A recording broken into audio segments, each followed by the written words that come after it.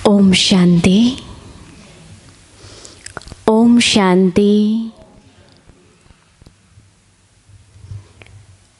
2 दिन से हम अपने बारे में कुछ आध्यात्मिक रहस्य सुन रहे थे, परमात्मा के बारे में सुन रहे थे। और कल के चित्र में हमने सीखा कि वो परमपिता परमात्मा जिसको इतने दिनों से, इतने जन्मों से किस किस रूप में ढूंढ रहे थे, किस किस विधि से उसको पाने के लिए न जाने कितने व्रत किए, तप किए, तीर्थ यात्राएं की। और कल हमने उस परम सत्ता का, जगत पिता का, जगत नियंता का सच्चा परिचय पाया। हमने कल सीखा कि वो परम पिता परमात्मा परम ज्योति है।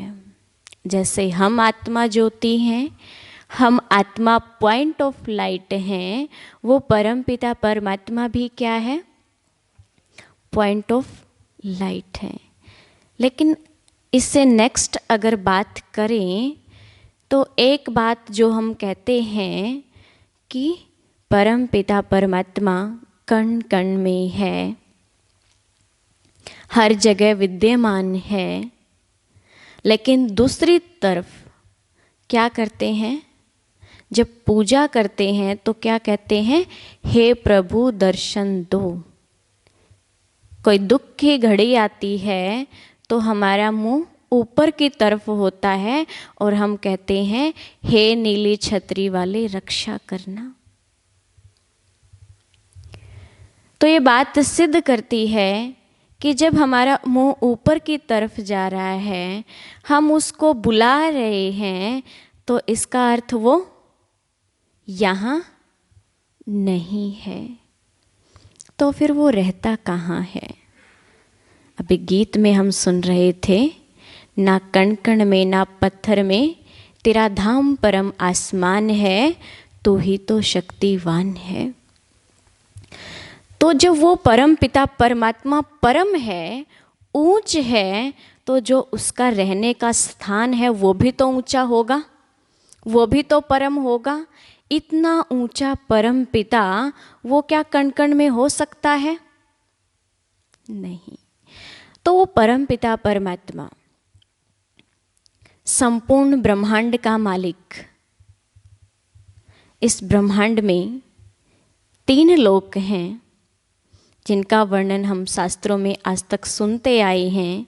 लेकिन 3 लोक के बारे में हमने सुना था कि 3 लोक कौन से हैं? एक ऊपर देवलोक है, बीच में ये मनुष्य सृष्टि लोक है और नीचे पाताल लोक है। लेकिन अगर विचार करें, जो हमारी साइंस है वो दिन प्रतिदिन नई नई इन्वेंशन करती जा रही है, अलग अलग ग्रहों पर जाकर जीवन को ढूंढने का प्रयास कर रही है। ये भी अनुमान लगाए जा रहे हैं कि शायद इस ग्रह पर कुछ वर्षों पहले शायद जीवन हो सकता था या भविष्य में होगा। हम कुछ ऐसी टेक्निक्स निकालेंगे कि यहाँ भी जीवन पॉसिबल हो जाएगा। लेकिन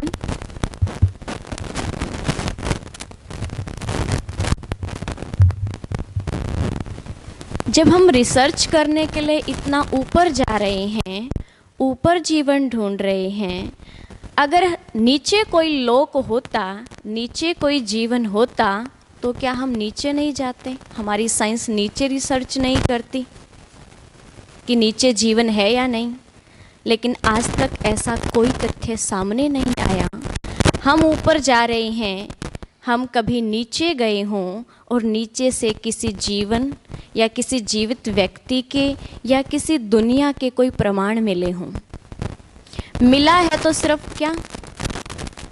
हम समुद्र की गहराई में गए, धरती को हमने खोदा, या तो पानी निकलता है या खनिज तत्व निकलते हैं, लेकिन नीचे से कोई जीवित व्यक्ति नहीं निकला है। तो परमपिता परमात्मा जब धरती पर आते हैं तो कुछ अद्भुत राज हमें बताते हैं कि इस ब्रह्मांड में 3 लोक तो हैं, लेकिन पहली चीज कि इस धरती के नीचे कोई पाताल लोक नहीं है। ये ग्राउंड फ्लोर, ये पहला लोक मनुष्य सृष्टि लोक है, जहां जीवन और मृत्यु का खेल चलता है। इसके ऊपर एक और लोक है जिसको हम फरिश्तों की दुनिया कहते हैं, जिसको हम धर्मराजपुरी कहते हैं, और उससे ऊपर एक और लोक है जो है परम धाम, तीसरा लोक, जिसको हम ब्रह्मलोक भी कहते हैं। शास्त्रों में उसको अनेकों नाम दिए गए हैं, जिसे सचखंड भी कहा गया है, मुक्ति धाम भी कहा गया है। एक ऐसा लोक जहाँ पर एकदम डेड साइलेंस है, और उसको निर्वाण धाम भी कहा गया है, क्योंकि वहाँ कोई आवाज़ नहीं है, कोई वाणी नहीं है। अब इन 3 लोक में से उस परमात्मा का कौन सा स्थान है? और ना सिर्फ परमात्मा का, हम सब आत्माओं का भी। जो तीसरा लोक है, जो हम परम धाम की बात कर रहे हैं, एक लाल प्रकाश की दुनिया, वो तीसरा लोक, वो परम धाम उस परम सत्ता का निवास स्थान है। और जब हमें कोई दुख होता है तो जब ऊपर की तरफ मुंह करते हैं तो इसका एक सीधा सा अर्थ है कि वो परमात्मा धरती का निवासी नहीं, लेकिन वो परम धाम निवासी है। कल भी हम बात कर रहे थे कि उसको खुदा कहते हैं। खुदा का अर्थ भी हमने जाना, खुदा माना खुद आ, तो जरूर कहीं से आता होगा। और इसका सीधा सा अर्थ है, जब कहीं से आ रहा है तो वो यहाँ नहीं है। तो वो लाल प्रकाश की दुनिया जो परमात्मा का घर है, उसके साथ साथ हम मनुष्य आत्माओं का भी घर है। लेकिन हम इस सृष्टि रंगमंच पर अपना पार्ट प्ले करने के लिए इस जन्म मृत्यु के खेल में आते हैं। उस परम धाम को छोड़कर इस सृष्टि पर आते हैं। जैसे एक फिल्म होती है, कोई नाटक होता है, उसमें क्या होता है कि जो मेन एक्टर होता है या कोई भी कैरेक्टर होता है, जब वो फिल्म की शूटिंग करता है तो वो अपने असली घर से दूर जाता है। समझ रहे हैं आप? शूटिंग कहीं और चल रही है, लेकिन उसे स्मृति रहती है कि तेरा नाम क्या है, तेरा घर कहाँ है, तू यहाँ सिर्फ क्या करने आया है, किसी मूवी के अंदर अपना रोल अदा करने के लिए आया है। लेकिन हम आत्माओं के साथ क्या होता है कि हम जब वहाँ से आते हैं तो हम अपनी पहचान भूल जाते हैं, अपने आप को भी भूल जाते हैं, मैं कौन हूँ, अपने घर को भी भूल जाते हैं कि घर कहाँ है, और अपने पिता को भी भूल जाते हैं कि पिता कहाँ है। और शायद यही कारण होता है कि सृष्टि रंगमंच पर अपना पार्ट अदा करते करते हम दुखी होते हैं, परेशान होते हैं, और इतने दुखी हो जाते हैं कि फिर उस परमात्मा को पुकारने लगते हैं। सुख के समय नहीं। जब सृष्टि की आदि थी तो बहुत अच्छी दुनिया थी, जब आए थे तो बहुत अच्छा था, सब अच्छा था। लेकिन समय बीतता गया और धीरे धीरे जो था दुखों का पाठ शुरू हुआ हमारे रोल के अंदर, और हम अति दुखी हुए। तब उस परमात्मा को पुकारने लगे। तब वो परमपिता परमात्मा सृष्टि चक्र के इस पूरे चक्र में एक बार उस परम धाम को छोड़कर इस धरती पर आता है। कैसे आता है? कल हमने एक बात की थी, एक कसौटी हमने परमात्मा के लिए रखी थी, और वो क्या थी कि वो क्या है?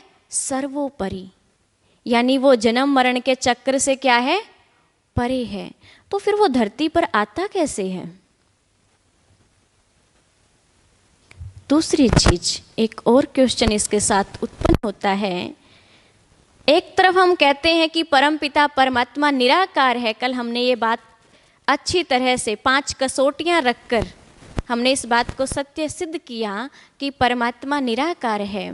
जब वो निराकार है तो दूसरी तरफ उसको सृष्टि का रचयिता कहा जाता है, सृष्टि का पालनहार कहा जाता है, जगत गुरु कहा जाता है। तो चूंकि वो निराकार है, उसको हाथ नहीं, उसको पैर नहीं, उसको मुंह नहीं, तो कैसे सृष्टि की रचना करता होगा? धरती पर आया है तो जरूर कुछ करने के लिए आया होगा। कैसे आया और आकर क्या किया?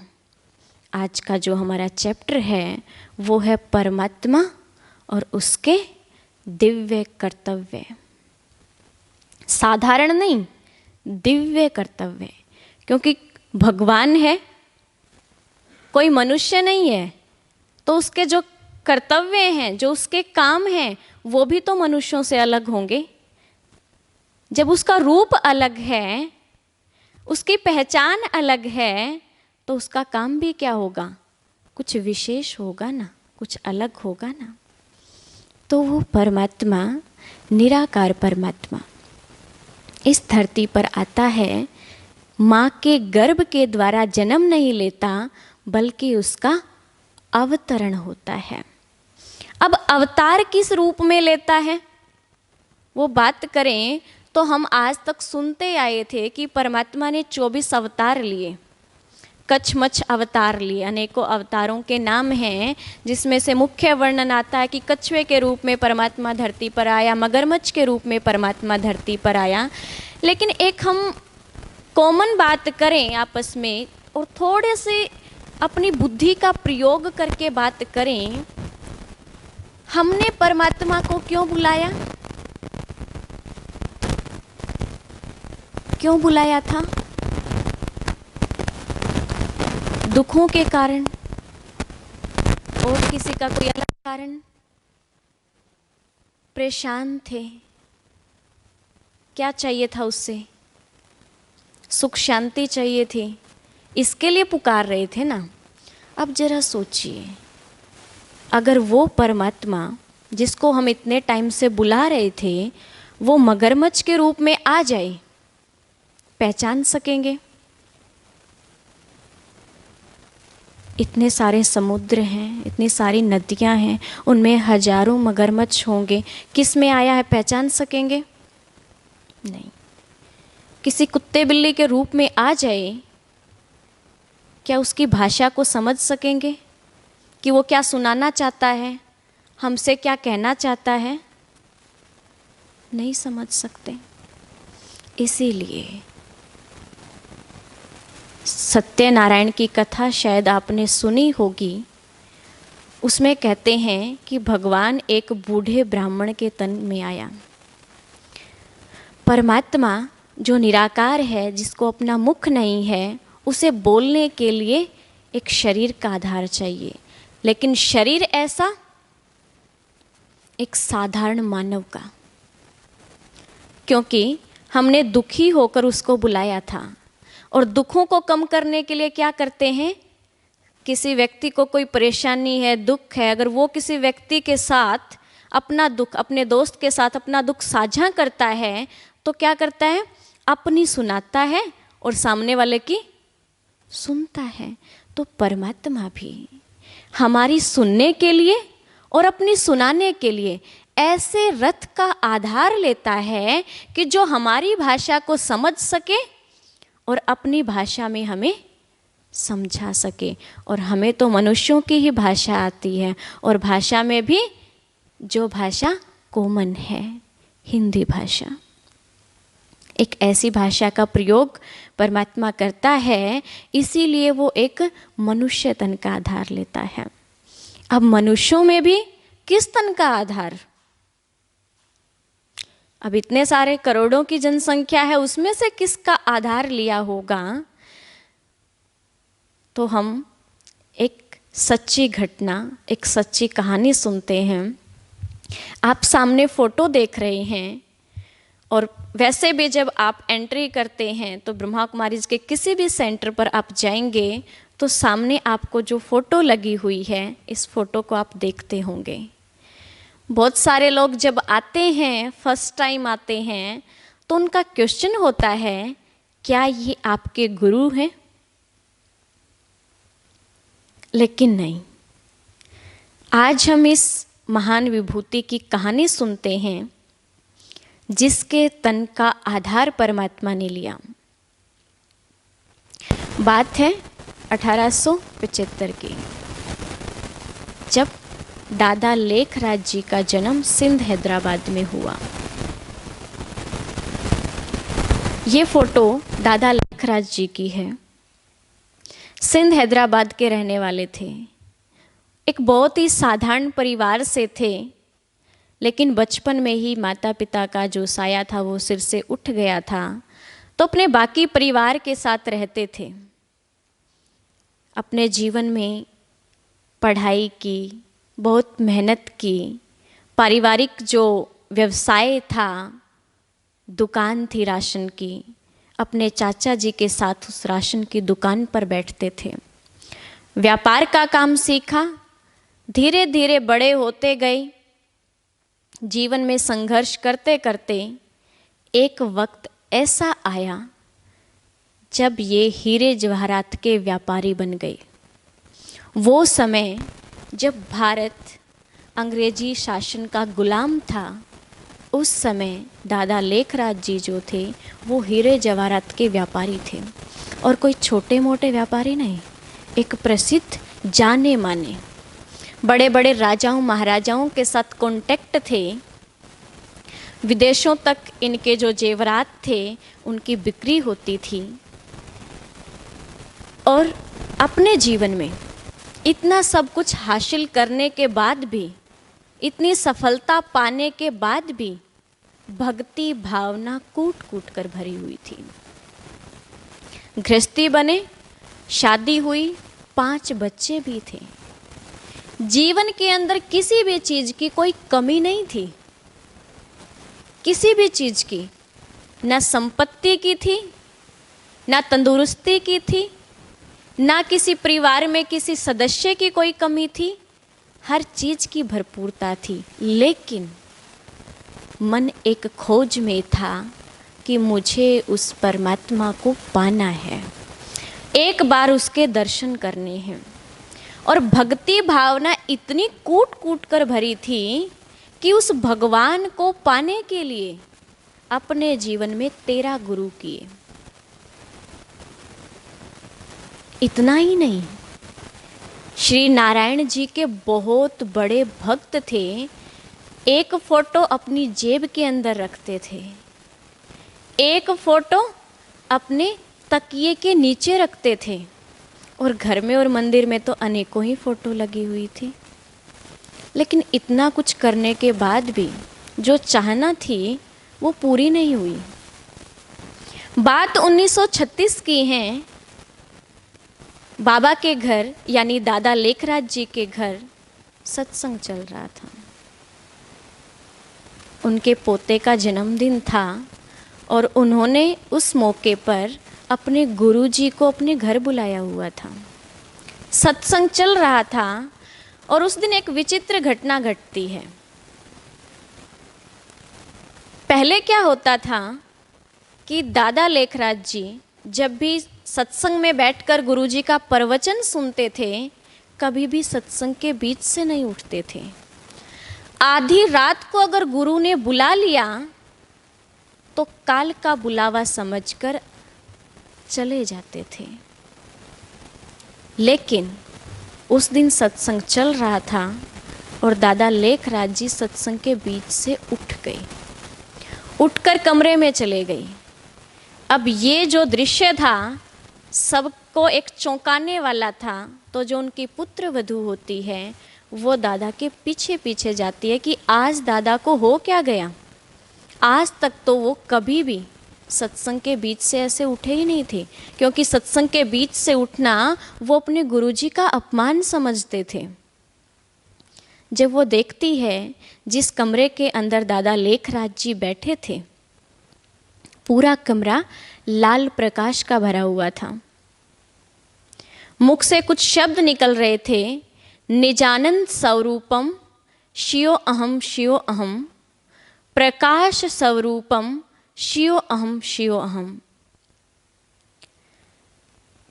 ये सुनते सुनते वो एक ध्यान की अवस्था में चली गई इस दृश्य को देखकर, और उसको विष्णु जी के साक्षात्कार यानी दर्शन हुए।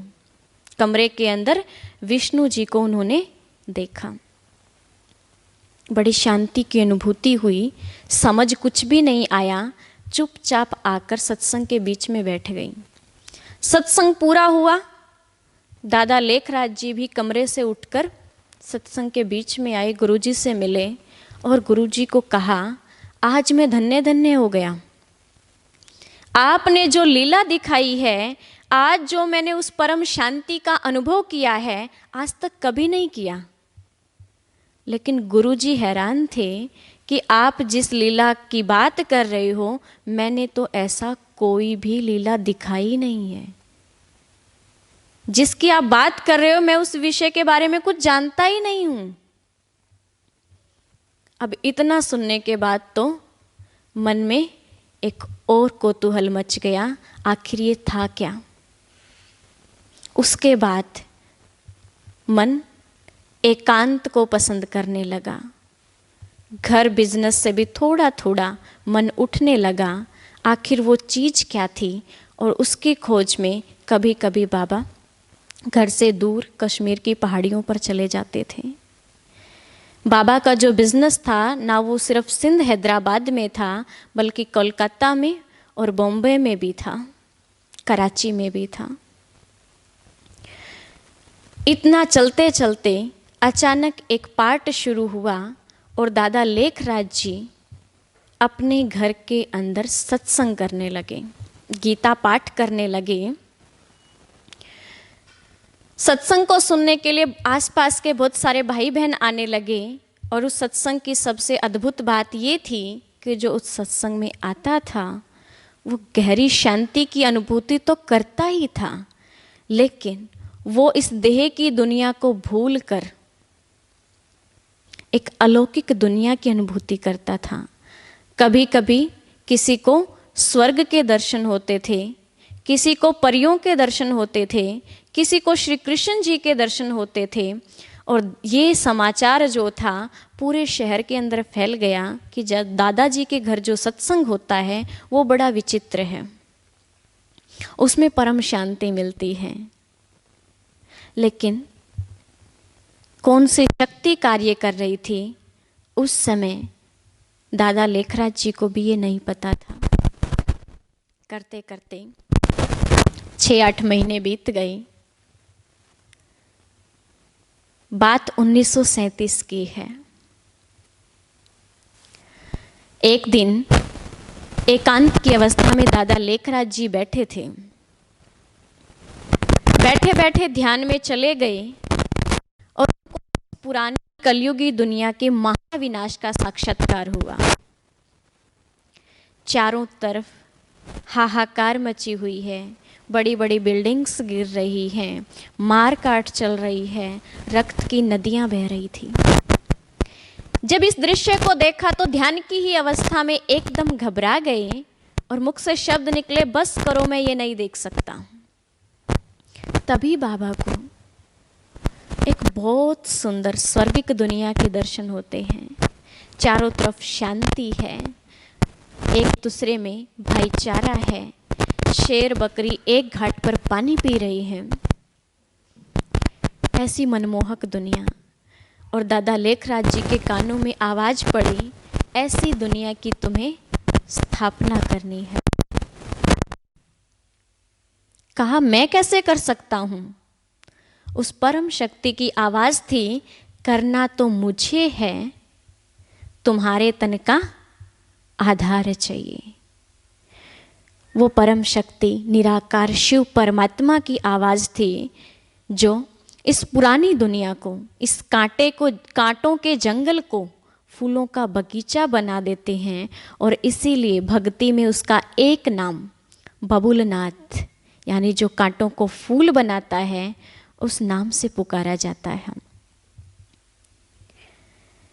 तब दादा लेखराज जी को ये चीज़ समझ आई कि ये कोई साधारण शक्ति नहीं है, ये कोई परम शक्ति है। विश्वास बैठने लगा कि जरूर ये परमात्मा का कर्तव्य है, किसी साधारण आत्मा का नहीं।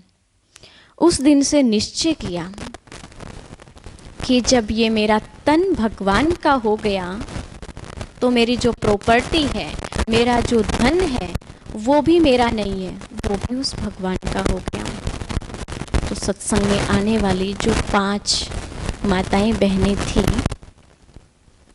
उनके नाम पर एक ट्रस्ट बनाया और अपनी सारी चल अचल संपत्ति जो थी वो उन माताओं के नाम कर दी।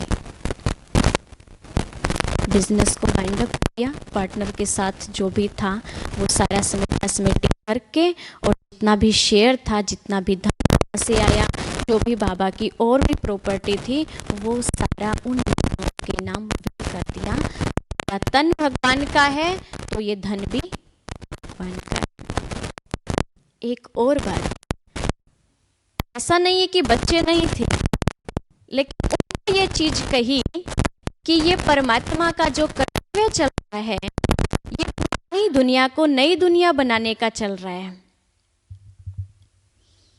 ये पुरानी दुनिया को नई दुनिया बनाने का चल रहा है। इस कार्य में तुम चाहो तो सहयोगी बन सकते हो, लेकिन इस धन में से, ये धन जो भगवान का हो गया है, इनमें से मैं आपको कुछ दे नहीं सकता। उस समय इस ब्रह्मा कुमारी संस्था की, इस यज्ञ की, जो परमात्मा ने खुद स्थापित किया, उसकी शुरुआत हुई। और इनके साथ इनकी धर्मपत्नी, इनकी एक बेटी, इनकी पुत्रवधू, वो इस कार्य में इनके सहयोगी बने।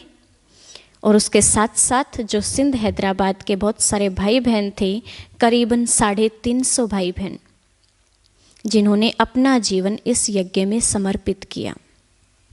शुरुआत जब हुई थी तो किसी भी सत्य चीज़ की, कहीं नेक चीज़ की, कहीं कोई नई शुरुआत होती है तो उसके बहुत सारे विरोध भी होते हैं। तो ऐसे अनेकों विरोध भी हुए, अनेक अफवाहें फैलाई गई शहर के अंदर। 350 का ग्रुप बहुत बड़ा ग्रुप था। तो जो बाबा के कराची के अंदर 2 बंगले थे, वहाँ पर रहने की व्यवस्था की गई। एक के अंदर भाई लोगों के ठहरने की व्यवस्था थी और दूसरों में माताओं बहनों की। 1936 से शुरुआत हुई। 1947 में जब भारत पाकिस्तान का विभाजन हुआ तो जो कराची था, 47-48 में कराची पाकिस्तान का हिस्सा बन गया। अब वंडरफुल बात तो ये थी कि जो भगवान है वो दूरादेशी बुद्धि है। उसे पता था कि भविष्य में क्या होने वाला है। तो उस परमात्मा की प्रेरणा से ये निर्णय लिया गया कि संस्था जो है वो भारत में ही जाएगी, क्योंकि भारत को देवों की भूमि, परमात्मा की जन्मभूमि गाया जाता है, जिसका वर्णन शास्त्रों में आता है। तो 1950 में ब्रह्मा कुमारी संस्था कराची से माउंट आबू राजस्थान, वर्तमान में जहाँ संस्था का हेडक्वार्टर है, वहाँ पर आ गई। उसी स्थान को क्यों चुना, ये भी बहुत सारे भाई बहन क्वेश्चन पूछते हैं। एक इतना बड़ा ग्रुप था, उनके ठहरने की व्यवस्था जहाँ एक साथ हो सके, ऐसा वातावरण जहाँ पर शांति हो, जहाँ पर तपस्या की जा सके, जहाँ पर ध्यान में कोई व्याधि ना पड़े, एक ऐसा स्थान। तो आबू की पहाड़ियों को बहुत ही शांत वातावरण और तपस्वियों की भूमि कहा जाता है। बड़े बड़े राजाओं महाराजाओं की वहाँ पर कोठियाँ होती थी। तो ऐसे ही इस स्थान का चुनाव किया गया, ऐसे स्थान को देखा गया जहाँ पर इतने सारे भाई बहनों के ठहरने की व्यवस्था हो सके।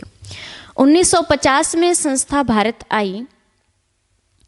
उससे पहले जब 1936 में संस्था की स्थापना हुई थी तो बहुत सारी माताएं बहनें जब इस यज्ञ में आई थी तो अपने छोटे छोटे बच्चों को भी साथ ले आई थी, क्योंकि घर वाले विघ्न डालने लगे थे। लेकिन जब उनको उस परमात्मा की सच्ची शांति की अनुभूति उन्होंने की थी, उस परमात्मा मिलन का अनुभव उन्होंने किया था, तो अपने को रोक नहीं सकी, बच्चों सहित आ गई थी। कराची के अंदर उन बच्चों को बाबा ने पढ़ाया भी। अपने उस धन से बच्चों के लिए एक बोर्डिंग खोला, एक स्कूल खोला, जिसमें उनको आध्यात्मिक शिक्षा भी दी गई और दुनियावी शिक्षा भी दी गई। और 1950 तक वो छोटे छोटे बच्चे, जो कोई 5 साल का था, कोई 8 साल का, कोई 9 साल का था, वो बहुत बड़े बड़े हो गए थे और ज्ञान में प्रवीण हो गए थे।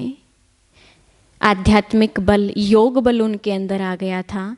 तो 1950 में संस्था के यहाँ आने के बाद परमात्मा के आदेशानुसार भिन्न भिन्न स्थानों पर सेवाओं के लिए भेजा गया। संस्था का जो पहला सेवा केंद्र खुला वो दिल्ली कमला नगर में खुला, उसके बाद अमृतसर और बहुत सारे स्थानों पर। और आज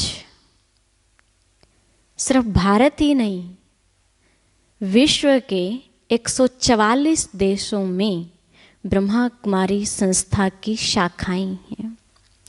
1 नहीं, 2 नहीं, 5 नहीं, 10 नहीं, 100 नहीं, 200 नहीं,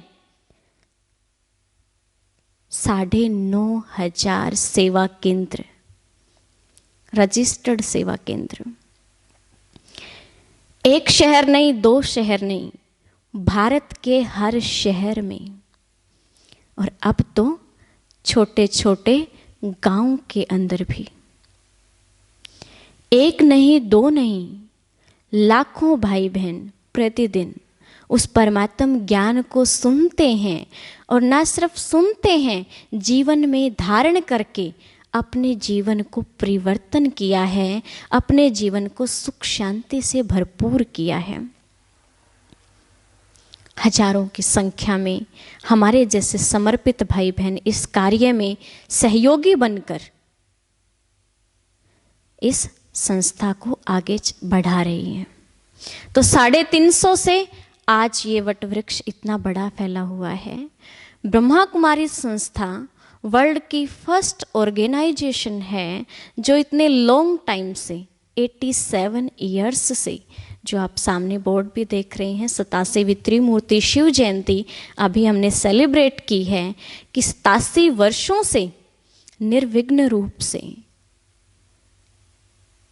अपना काम कर रही है, पूरे विश्व में सुख शांति फैलाने का काम कर रही है। वर्ल्ड की फर्स्ट ऑर्गेनाइजेशन जिसका टोटल कंट्रोल बहनों के हाथ में है। आप किसी भी सेवा केंद्र पर जाएंगे तो वहाँ पर जो सेंटर इंचार्ज होता है वो बहन होती है। हमारी संस्था में भाई हैं, बहुत सारे हैं, लेकिन वो सहयोगी हैं। संस्था में अगर किसी भी चीज़ का डिसीजन लेना है तो वो सेंटर इंचार्ज बहन ही लेती है। संस्था की जो पहले चीफ थी वो ब्रह्मा बाबा खुद नहीं बने, दादा लेखराज जी खुद नहीं बने, लेकिन जगदम्बा सरस्वती संस्था की फर्स्ट चीफ थे। 1965 में उन्होंने शरीर छोड़ा। उसके बाद दादी प्रकाशमणि जी जो थे वो संस्था के चीफ बने। 2007 में उन्होंने शरीर छोड़ा तो दादी जानकी जी वो संस्था के चीफ थे। 2020 में जब उन्होंने शरीर छोड़ा तो दादी हृदय मोहिनी जी संस्था के चीफ थे, और जब उन्होंने 2021 में शरीर छोड़ा तो संस्था के चीफ एट प्रेजेंट दादी रतन मोहिनी जी हैं। और वर्ल्ड की फर्स्ट ऐसी ऑर्गेनाइजेशन जिसके अंदर कोई गुरु गद्दी नहीं है।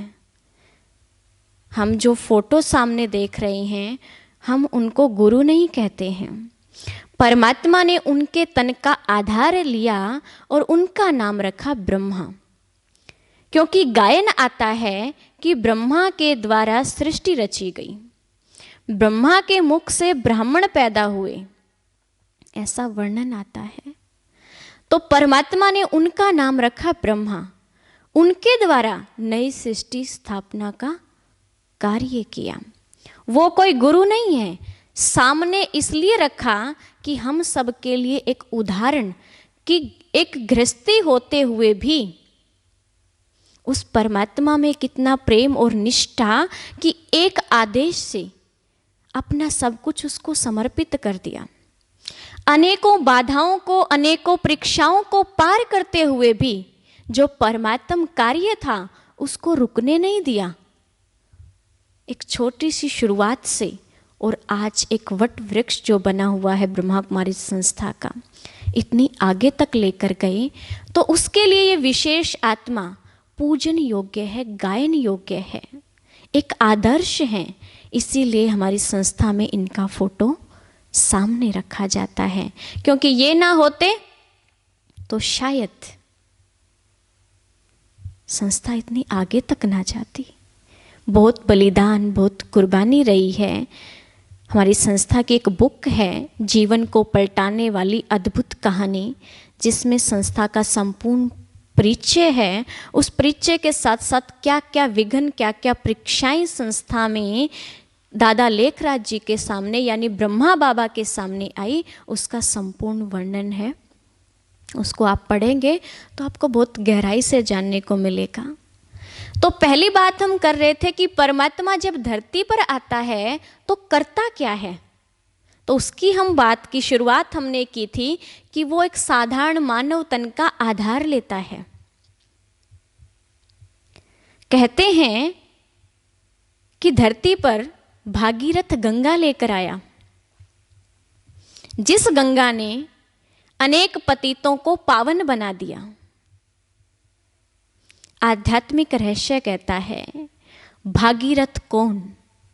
भागीरथ माना भाग्यशाली रथ। तो दादा लेखराज जी का एक ऐसा रथ जो इतना भाग्यशाली था कि परमात्मा ने उस रथ का चुनाव किया और उसके मुख से ज्ञान की गंगा बहाई। उस स्थूल गंगा की अगर हम बात करें तो किसी स्टेट को लगती है, किसी स्टेट को नहीं लगती है, लेकिन ये ज्ञान की गंगा भगवान ने घर घर तक पहुंचा दी और अनेकों पतित आत्माओं को पावन बना दिया, दुखी आत्माओं को शांत कर दिया, जीवन जो था सुख शांति से भर दिया। तो इस भागीरथ के द्वारा भगवान ने ये ज्ञान गंगा जन जन तक पहुंचाई। तो ऐसे जो परमात्मा का पहला कर्तव्य वो है स्थापना का, जिसके लिए वो ब्रह्मा बाबा के तन का आधार लेते हैं, जो हम फर्स्ट देख रहे हैं, ब्रह्मा के द्वारा स्थापना। दूसरा, पहली रचना की ब्रह्मा की, दूसरी रचना विष्णु के द्वारा पालना। देखिए, वैसे तो जो परमात्मा है सर्वशक्तिमान उसको कहते हैं, सब कुछ करने वाला है, सारी अथॉरिटी, सारी पावर उसके पास है, लेकिन फिर भी 3 देवताओं की रचना करता है, तीनों देवताओं को अलग अलग कार्य देता है। एक देश का राजा, प्रधानमंत्री अगर हम बात करें, देश की संपूर्ण पावर, कुछ भी करने की, कोई भी निर्णय लेने की उनके पास होती है, लेकिन फिर भी व्यवस्था को सुचारू रूप से चलाने के लिए क्या करते हैं? मंत्रिमंडल बना देते हैं। ये वित्त मंत्री है, ये रक्षा मंत्री है, ये अलग अलग, ये परिवहन मंत्री है, ये खेल मंत्री है, अलग अलग डिपार्टमेंट दे देते हैं। इसी प्रकार भगवान भी अपनी पावर 3 देवताओं को दे देता है, जिसमें ब्रह्मा द्वारा स्थापना और विष्णु द्वारा पालना। विष्णु जी को आप देख रहे हैं, थोड़ा ध्यान से देखिए।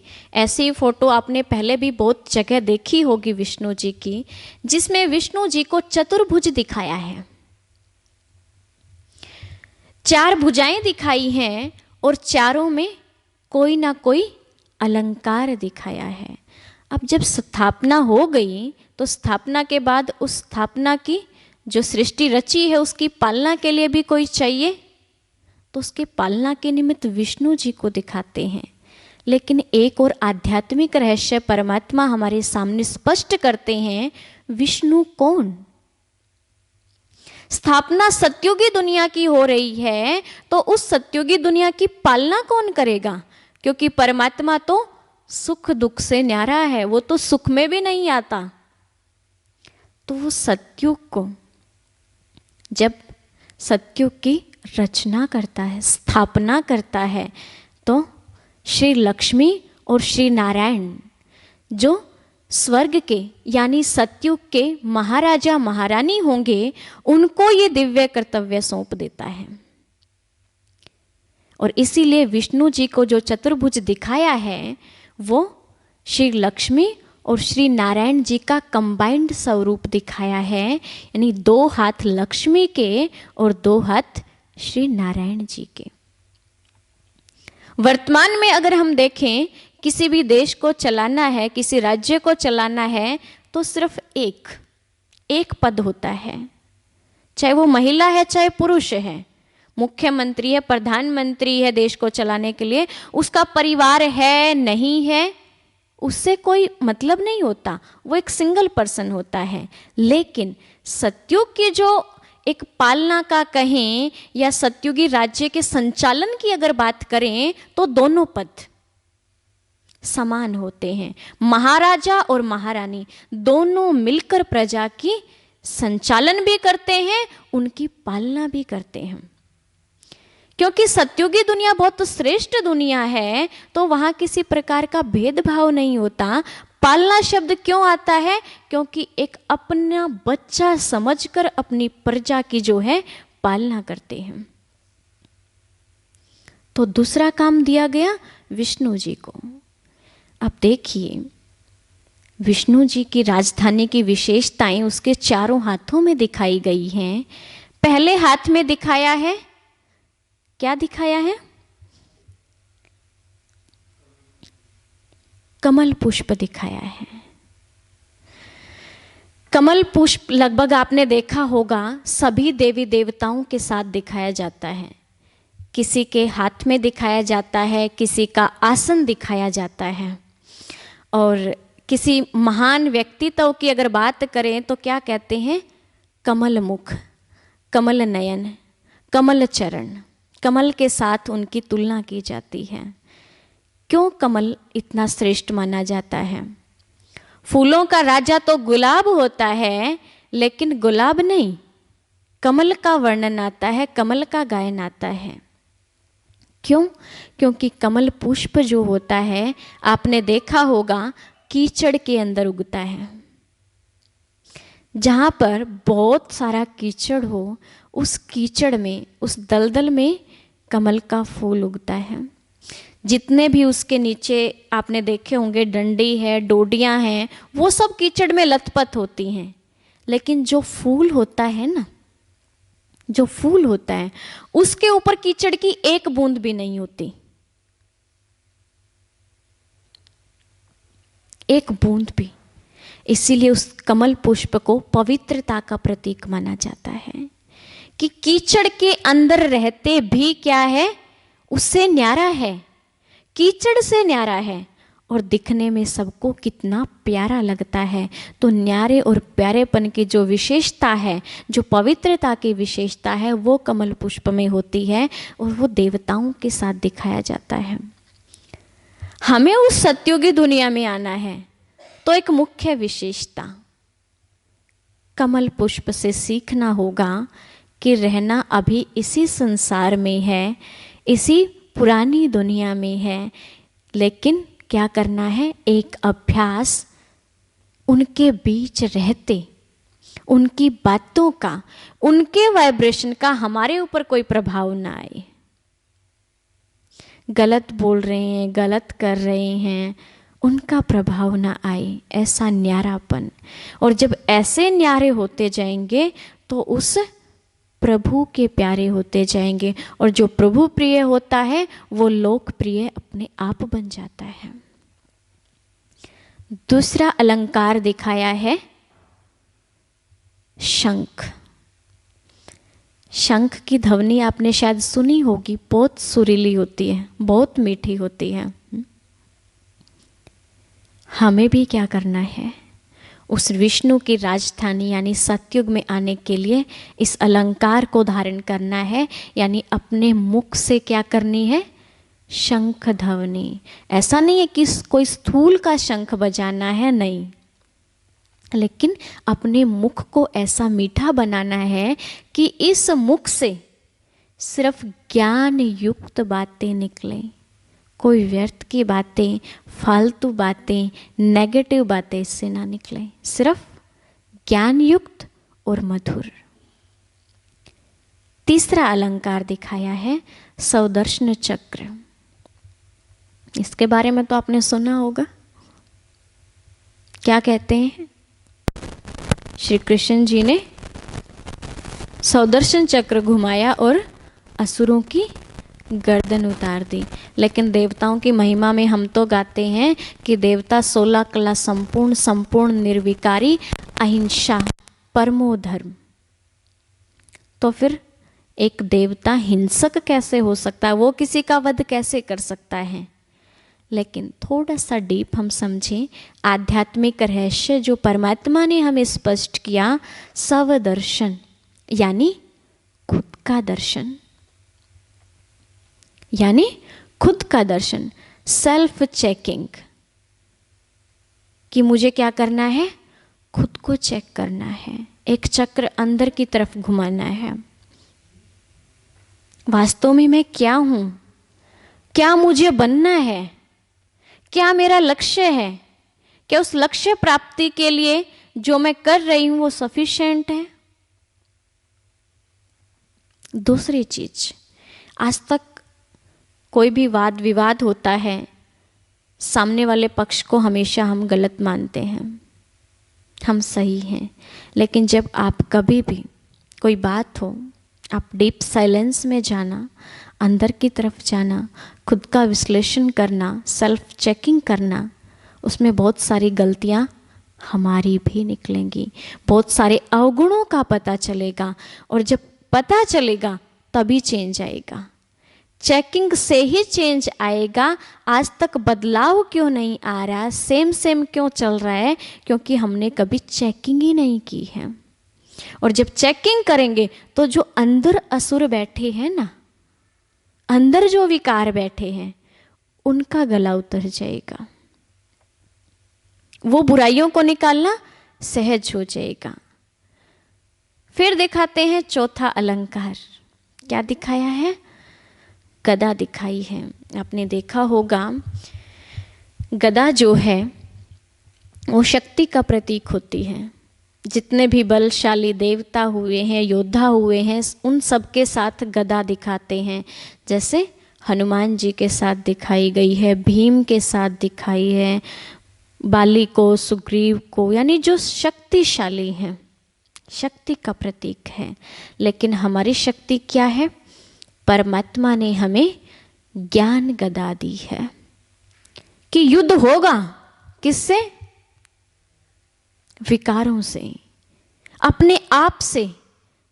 लेकिन अगर ज्ञान की गदा है, उस ज्ञान से हम क्या कर सकते हैं, उन परिस्थितियों को पार कर सकते हैं। ज्ञान माना क्या, समझ। फिर हमें समझ आ जाती है क्या सही है क्या गलत है, क्या मुझे करना है क्या नहीं करना है। क्योंकि कई बार तो युद्ध जब अपने आप से चलता है तो हम ऐसे पॉइंट पर खड़े होते हैं, करूं या ना करूं, करूं या ना करूं। लेकिन ज्ञान की शक्ति है तो डिसीजन मेकिंग पावर बढ़ जाती है, और उस ज्ञान की शक्ति से विषम परिस्थितियों पर भी जीत प्राप्त कर सकते हैं। और जब ये चार अलंकार हमारे जीवन में आ जाते हैं तो हमारा जीवन भी कैसा बन जाता है, देवताओं जैसा बन जाता है। और देवता क्या होते हैं? सर्वगुण संपन्न होते हैं। इसीलिए जो विष्णु जी की वेशभूषा आप देख रहे हैं क्या है? एकदम संपन्नता की है, सजी हुई है। 16 श्रृंगार की हम बात करते हैं, लेकिन यहाँ 16 कलाओं की बात है, 16 गुणों की बात है जो हर देवी देवता के अंदर होते हैं। तो दूसरा कार्य विष्णु जी के द्वारा पालना का।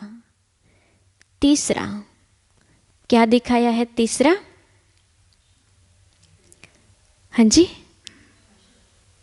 शंकर जी को दिखाया है, महेश जी को दिखाया है। यानी परमात्मा शिव ने 3 देवताओं की रचना की, ब्रह्मा, विष्णु और महेश। और महेश जी का क्या कर्तव्य दिखाया है? विनाश का। और कहते भी हैं ना कि जब शंकर जी अपनी तीसरी आंख खोलते हैं तो क्या होता है? महाप्रलय आती है, विनाश चारों तरफ होने लगता है, महाविनाश। लेकिन आध्यात्मिक भाषा में अगर हम बात करें तो विनाश नहीं, हम एक परिवर्तन शब्द कहेंगे। परमात्मा जब धरती पर आते हैं तो ज्ञान का तीसरा नेत्र देते हैं। उनको दिखाते ना, मस्तक के बीच तीसरी आंख दिखाते हैं। लेकिन ये नहीं है कि यहाँ कोई तीसरा नेत्र आ जाता है। ये आत्मा जो दिखाते ना, जो हमने फर्स्ट डे बात की थी कि हम आत्मा इस शरीर में इस भ्रुकुटी के बीच में विराजमान है। जब ये आत्मा का ज्ञान, परमात्मा का ज्ञान, सृष्टि चक्र का ज्ञान, अपने जन्मों का ज्ञान, ये संपूर्ण ज्ञान जब आ जाता है तो क्या शुरू हो जाता है? परिवर्तन शुरू हो जाता है। विनाश किस चीज का? बुराइयों का। विनाश किस चीज का? बुराइयों का। क्योंकि शंकर जी की तपस्वी अवस्था दिखाते हैं, ध्यान मग्न अवस्था दिखाते हैं। और जब हम ये परमात्मा का ज्ञान प्राप्त करते हैं, और एक तपस्वी स्टेज जो शंकर जी की दिखाई है वो इसीलिए दिखाई है, वो उस रूप को दिखाती है कि तपस्या के बल से बुराइयों को बदलकर अच्छाई की स्थापना की जाती है। और ये सृष्टि जो है आज अगर हम बात करें तो किस कगार पर खड़ी है? एकदम बुराइयां अति पर चल रही हैं। चारों तरफ भ्रष्टाचार है, पापाचार है, दुख है। और सभी के मुख से एक आवाज निकलती है कि परिवर्तन चाहिए। कहते हैं ना, किसको बदलना चाहिए? आप क्या कहते हैं? बदलाव होना चाहिए क्या? जैसी है वैसी ठीक चल रही है? होना चाहिए, क्योंकि रहने लायक नहीं है। और इसीलिए परमात्मा परिवर्तन के लिए ही धरती पर आते हैं कि पुरानी सृष्टि का विनाश कराए, नई सत्युगी सृष्टि की स्थापना कराते हैं। क्योंकि किसी भी नए मकान को बनाना होता है तो जो पुराना होता है ना, उसको तोड़ना पड़ता है। तो अभी जो स्थापना का कार्य चल रहा है, तो स्थापना के कार्य के साथ साथ बुराइयों के विनाश का काम भी शंकर जी के द्वारा साथ साथ चल रहा है। तो ये 3 काम परमात्मा करता है। क्या करता है? जी फॉर जनरेटर, स्थापना करता है। ओ फॉर ऑपरेटर, पालना करता है। डी फॉर डिस्ट्रक्टर, विनाश करता है। तो GOD, कोट। ये 3 परम कर्तव्य, दिव्य कर्तव्य वो परमात्मा 3 देवताओं की रचना करके करता है। इसीलिए परमात्मा शिव को त्रिमूर्ति शिव कहा जाता है। और उसी के यादगार में शिवलिंग के ऊपर 3 रेखाएं भी दिखाते हैं कि वो परमात्मा क्या है? त्रिमूर्ति है, 3 देवों का रचयिता है। तो ये थे परमात्मा के दिव्य कर्तव्य कि कैसे वो सृष्टि पर आता है और कैसे वो ये स्थापना का कार्य करता है। और एक और नई चीज परमात्मा हमें सिखाता है कि तुम्हें क्या करना है? खुद ही ब्रह्मा बनकर अपने अंदर क्या करना है? जो ज्ञान परमात्मा ने दिया उसको सुनकर दिव्य गुणों की स्थापना करनी है। हर रोज परमात्मा का ध्यान करते करते, हर रोज उसके महावाक्यों को, उसकी वाणी को सुनते सुनते उसकी क्या करनी है? पालना करनी है। जब ये दो काम करेंगे तो तीसरा जो काम है कौन सा? विनाश का। तो जो बुराइयां हैं उनका विनाश अपने आप हो जाएगा। तो अभी हम उस परमात्मा को याद करते हैं, मेडिटेशन हम करेंगे और कल हम एक नए चैप्टर के साथ मिलेंगे, एक नए रहस्य के साथ, अपने जन्मों की अद्भुत कहानी के साथ, जो परमात्मा ने हमें आकर सिखाई है कि कैसे वो स्थापना करता है, और जो स्थापना करता है वो सृष्टि कैसी होगी, उस सृष्टि चक्र का ज्ञान कल हम समझेंगे।